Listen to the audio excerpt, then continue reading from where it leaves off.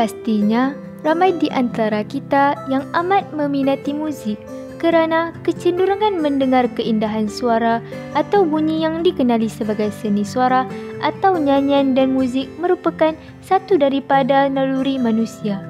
Nyanyian adalah harus, tapi mestilah mengikut acuan Islam. Begitu juga seni suara yang merupakan keindahan dalam bunyi dan suara untuk santapan telinga manusia.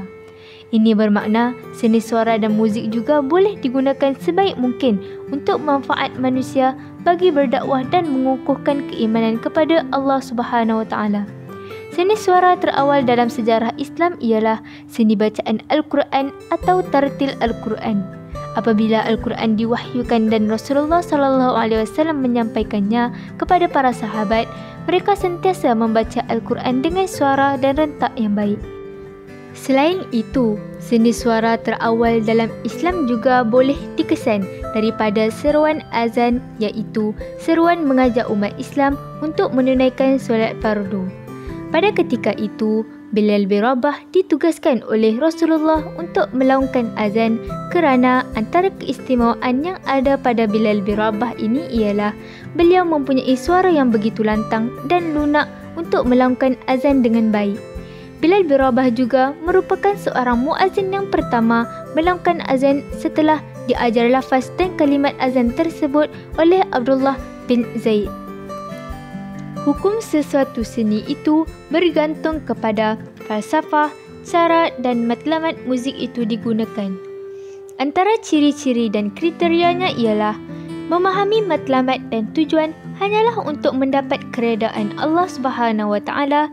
Yang kedua, mestilah tidak mengganggu dan membawa kepada pengabaian kewajipan yang lebih utama, misalnya sembahyang, tanggungjawab rumah tangga dan lain-lain. Yang ketiga pula, tema yang disampaikan mestilah tidak mengandungi unsur-unsur maksiat. Yang keempat, penampilan dan gaya penyampaian mestilah tidak dicemari dengan unsur-unsur larangan seperti menidahkan aurat, gaya yang berahikan, tempat yang tidak elok seperti bar, kabaret, kelab malam dan sebagainya. Yang kelima pula, membina batasan-batasan akhlak dan aurat. Yang keenam, tidak keterlaluan terlibat dalam seni suara dan muzik. Ia hanya dibolehkan sekadar merehatkan fikiran seketika untuk meneruskan kerja-kerja yang berfaedah dalam kehidupan. Ini bermakna dari segi batasan syarak adalah jelas dalam Islam bahawa semua seni suara dan muzik yang mengandungi perkataan yang kotor, fasik atau mendorong kepada maksiat adalah haram hukumnya. Oleh itu, seni suara dan muzik yang tidak melanggar syariah dan akhlak Islam serta memberi manfaat kepada manusia secara keseluruhannya dibolehkan sebagai santapan jiwa yang menyumbang kepada keharmonian dan kedamaian manusia sejagat. Selain itu, berdakwah melalui seni muzik ataupun suara boleh menjadi medan dakwah yang paling relevan hingga ke hari ini. Dakwah menjadi lebih lancar dan semarak dengan adanya unsur-unsur seni suara yang diperdengarkan.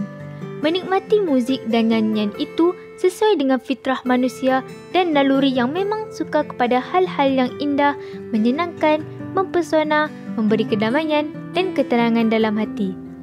Sebagaimana firman Allah Subhanahu Wa Taala dalam Al-Quran dari surah Ali Imran ayat yang ke-14. A'udzu billahi minasy syaithanir rajim. Zuyyina lin-nasi hubbus syahawati minan nisa'i wal banina wal والقناطير المقنطرة من الذهب والفضة والخيل المسومة والأنعام والحرث ذلك متاع الحياة الدنيا والله عنده حسن المآب. Yang bermaksud dihiaskan kepada manusia kesukaan kepada benda-benda yang diingini nafsu, iaitu perempuan-perempuan dan anak pinak, harta benda yang banyak bertimbun-timbun dari emas dan perak, kuda peliharaan yang bertanda lagi terlatih, dan binatang-binatang ternak serta kebun-kebun tanaman. Semuanya itu ialah kesenangan hidup di dunia. Dan ingatlah, pada sisi Allah ada tempat kembali yang sebaik-baiknya, iaitu syurga. Terdapat beberapa jenis-jenis seni suara. Yang pertama adalah qasidah. Qasidah adalah puisi berbentuk luahan hati rindu atau ucapan puji-pujian kepada Allah Subhanahu Wa Taala dan Rasulullah Sallallahu Alaihi Wasallam yang dibuat dalam bentuk syair. Qasidah burdah adalah antara qasidah yang termasyhur di dunia dan sentiasa menjadi hiasan bibir sebagai ingatan kepada Rasulullah Sallallahu Alaihi Wasallam. Pada awalnya, seni qasidah ini lahir bersamaan dengan kelahiran Islam dan munculnya qasidah ini telah ditampilkan oleh kaum Ansar dalam perjalanan hijrah dari Makkah ke Madinah. Ketika itu, sebahagian kaum Ansar menyambut kedatangan Nabi serta menyanyikan lagu-lagu pujian dan diiringi dengan lantunan muzik rebana. Selain itu, qasidah burdah juga terkenal sebagai sebuah kesenian Islam yang unik kerana nilai keagamaannya dan nilai kesusastraannya. Keunikannya lebih menyerlah kerana dipersembahkan dalam bahasa Arab, dilakukan oleh sekumpulan masyarakat yang memahami kebaikan dan kemanfaatannya. Sebagai sebuah kesenian yang muncul daripada tradisi Islam, maka usaha melestarikannya dalam masyarakat sebagai wadah penyatuan umat Islam wajar diteruskan. Amalan ini merupakan sebahagian daripada cara umat Islam meluahkan perasaan kasih sayang dan cinta yang mendalam terhadap kekasih Allah dan makhluk Allah yang paling sempurna, iaitu Nabi Muhammad sallallahu alaihi wasallam. Walau banyak manapun puji-pujian itu diamalkan, namun belum dapat menyebut segala keistimewaan yang telah dikurniakan oleh Allah Subhanahu Wa Taala kepada baginda Rasulullah Sallallahu Alaihi Wasallam. Seni suara yang seterusnya pula ialah seni taranum.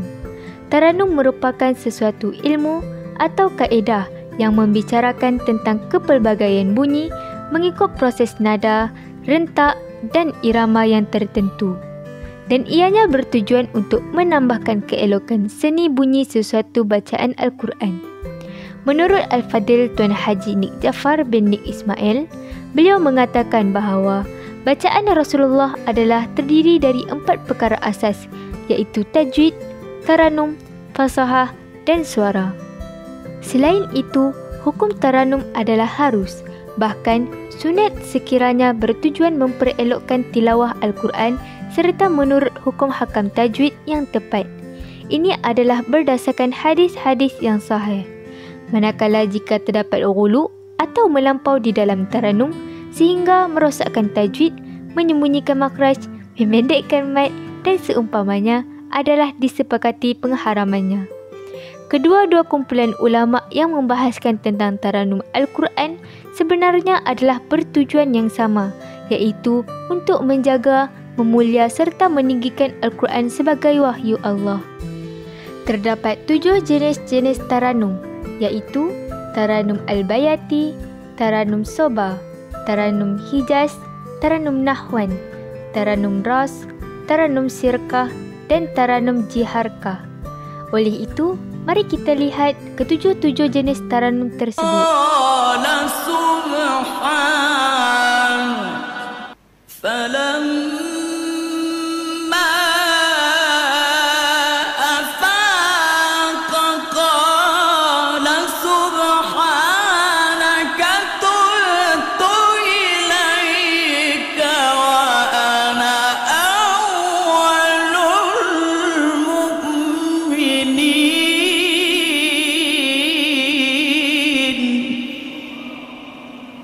Bismillahirrahmanirrahim.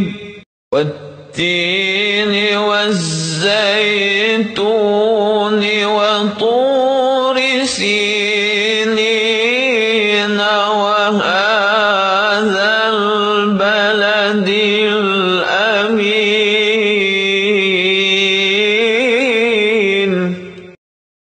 واتقوا الله إن كنتم مؤمنين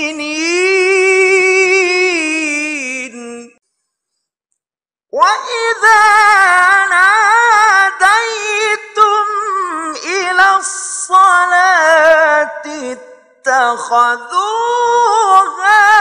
هزوا ولعبا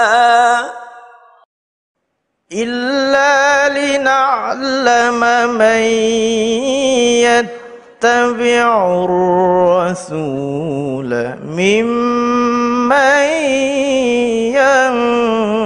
ينقلب على عقبيه وإن كانت لكبيرة إلا على الذين هدى الله هذا حلال وهذا حرام لتفتروا على الله الكذب إن الذين يفترون على الله الكذب لا يفلحون قل يا أهل الكتاب هل تنقمون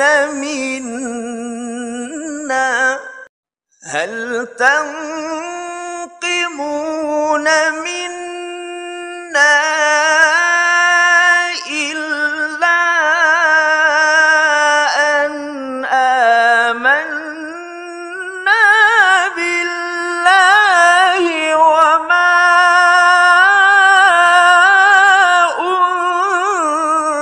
أنزل إلينا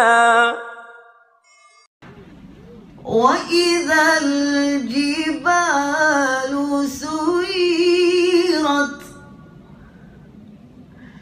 وإذا العشار عطلت وإذا الوحوش حشرت وإذا البحار سجرت وإذا النفوس زوجت وإذا الموءودة سئلت بأي ذنب قتلت صدق الله العظيم. Di samping itu, seni warisan Dikir Barat juga merupakan salah satu daripada jenis-jenis seni suara. Dikir Barat adalah suatu seni tradisional yang paling digemari oleh masyarakat Melayu di Kelantan. Ianya wujud di kalangan masyarakat biasa, di kampung-kampung dan pinggir bandar. Di dalam persembahan Dikir Barat, terdapat satu kumpulan yang diketuai oleh seorang tukang karut dan tok juara iaitu Joro. Mereka akan mengarut sambil berbalas-balas pantun dan diikuti oleh awak-awak sebagai suara latar dan suara yang kuat dan lantang. Secara kebiasaannya, seni warisan Dikir Barat ini dimainkan oleh masyarakat di musim menuai padi dan juga di majlis-majlis perkahwinan. Dikir Barat merupakan satu seni budaya yang menjadi wajah dan cermin jiwa sesuatu bangsa, terutama bagi masyarakat di Kelantan. Kegiatan atau persembahan seni budaya di dalam kalangan rakyat ialah puncak kepada corak fikiran, kehidupan, usaha dan pengalaman harian rakyat. Seni budaya dipertahankan sebagai warisan, tetapi seni budaya juga menghadapi cabaran-cabaran zaman untuk mengalami perubahan. Kesimpulannya, falsafah kesenian dalam Islam adalah berpaksikan kepada tauhid. Hakikatnya, Islam tidak menjadikan keindahan dan hiasan dalam berseni itu sebagai satu matlamat, tetapi Islam mengutamakan manfaat kesenian itu kepada agama dan masyarakat. Motif seni dalam Islam haruslah menjurus kepada yang ma'ruf, mengutamakan pembangunan akhlak serta mencegah kepada perkara mungkar. Islam tidak akan menentang seni itu selagi mana seni tersebut tidak bertentangan dengan prinsip-prinsip seni dalam Islam. Prinsip seni dalam Islam mestilah memartabatkan akhlak Islam, meningkatkan nilai kemanusiaan dan berlandaskan wahyu serta menghubungkan manusia dengan penciptanya. Fungsi seni dalam Islam adalah untuk menggiatkan manusia ke arah perkaitan alam rohani dan jasmani serta dapat membina jiwa yang tenang dan khusyuk serta menambahkan ketakwaan kepada Allah Subhanahu Wa Taala.